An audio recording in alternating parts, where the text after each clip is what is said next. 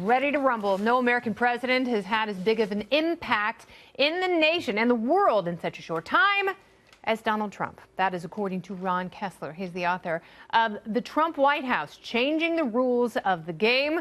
The book comes out tomorrow, and in it, Kessler details how the president makes decisions, who he trusts, and what he thinks of the people around him. The book claims First Lady Melania Trump, she rules the roost, plays a huge role in policy and strategy decisions, and is the one who convinced Donald Trump to run for president. Kessler also claims that Jared Kushner and Ivanka Trump are responsible for the president's worst decisions, and that the president has been quietly urging them to move back to New York City. The book accuses Kellyanne Conway of being the #1 leaker in the White House. She denies that charge. So what other juicy nuggets will we find in the pages of this new book? Joining me now, the author of The Trump White House, Changing the Rules of the Game. It is Ronald Kessler. Welcome to the show. Hey, thank you. So you say that this president will be seen in such legendary favor as Ronald Reagan. Sure. Reagan was also dissed by the press, and it turned out that he had remarkable accomplishments, and we're already seeing that with Trump after 1 year, whether on the economy, lowest unemployment rate, zooming stock market, or the foreign side. ISIS almost defeated, meeting with the North Korean leader about to take place, endless. And so these are the results. And years from now, nobody's going to remember the tweets and the controversies. They're going to remember the results, and they are remarkable. So this is the first and only book to actually present the positive side overall of Trump, but at the same time, it's an honest journalistic effort that has all the negatives, the inside scoops. What are some of the negatives? Because obviously you've known him for a long time. Yeah. You are a fan of him in that you understand him, and you see the positives outweighing any of his detractors. But what are some of the negatives? Well, we see the chaos that upsets people. We see some of the comments that are and tweets that are outrageous.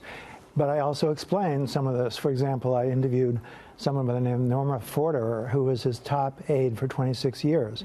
When she joined the organization, there was only 7 other employees. So she knew him more than anybody else on both the business and the social side. And she said that there are 2 Donald Trumps.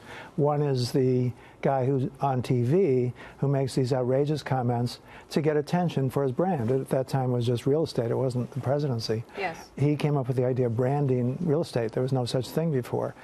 But then she said there's the real Trump that only insiders know, which is the opposite. And anybody who's actually met with him privately knows the other side, which is that's actually a really good point, because we've had people on the show who said the same thing. Yeah, they're no longer working for him. Either they were fired or essentially forced to resign, but they're still incredibly loyal to him. So there has to be a duality there at work. Now here you have a forceful personality who's so loyal that he put his son-in-law and his daughter in charge of a large swath within the White House, and you say they are responsible for some of his worst decisions. For the worst and most foolish and disastrous decisions, namely firing Comey. Jared Kushner thought that this would be a great political stunt because Democrats would like it. Well, of course, they attacked him no matter what he did. And the hiring of Scaramucci, which has to be the worst hiring decision in the history of the White House. And Trump understands the problem, has hinted to them that maybe they should go back to New York. Does he want them out? I think he really does, but you know, he can't bring himself to fire even non-family members, let alone family members. That's what's so interesting, and I think that speaks to the duality, because here is a forceful personality, and he says, this is how I like it, this is who I want in, this is who's out, and he'll attack people publicly, but it sounds like privately he has a much harder time with conflict. Now, also privately, there are people who say that Melania Trump has a lot more influence over policy than we might think. Because people think that she's beautiful and removed, that she is a doting mother, which she appears to be. But at the same time, you say that she has a lot of influence on policy. Yeah, this is the first time this has come out, and a lot of it is on the record from the aides, that she, unlike Laura Bush, who would just express her views privately to her husband, Melania actually sits in on meetings, meets with cabinet officers with Trump, and she expresses her opinion. And the Why haven't we heard more about that, do you think? Well, because I'm a good investigative reporter, and I was able to find out, because they really want to keep it quiet. She's very modest. You know, I sent her a picture of of her and me at one of the New Year's Eve parties, and she said, thank you, not a very good picture of me. Well, can you imagine this stunning woman saying that this is actually a picture of her? That's not so wonderful. But she will sit in and express her views and summarize what others are saying, come up with new strategies, disagree with Trump on a regular basis, including about tweets. So let me ask you this, because we're running out of time. So you say the president does have legacy-lasting power, in that if he survives to the end of 1 or 2 terms, he will be seen favorably by history, which would be, no small feat. It also wouldn't be a huge surprise. What will be his undoing if he doesn't make it that far? This guy is a winner, as he will tell you anytime.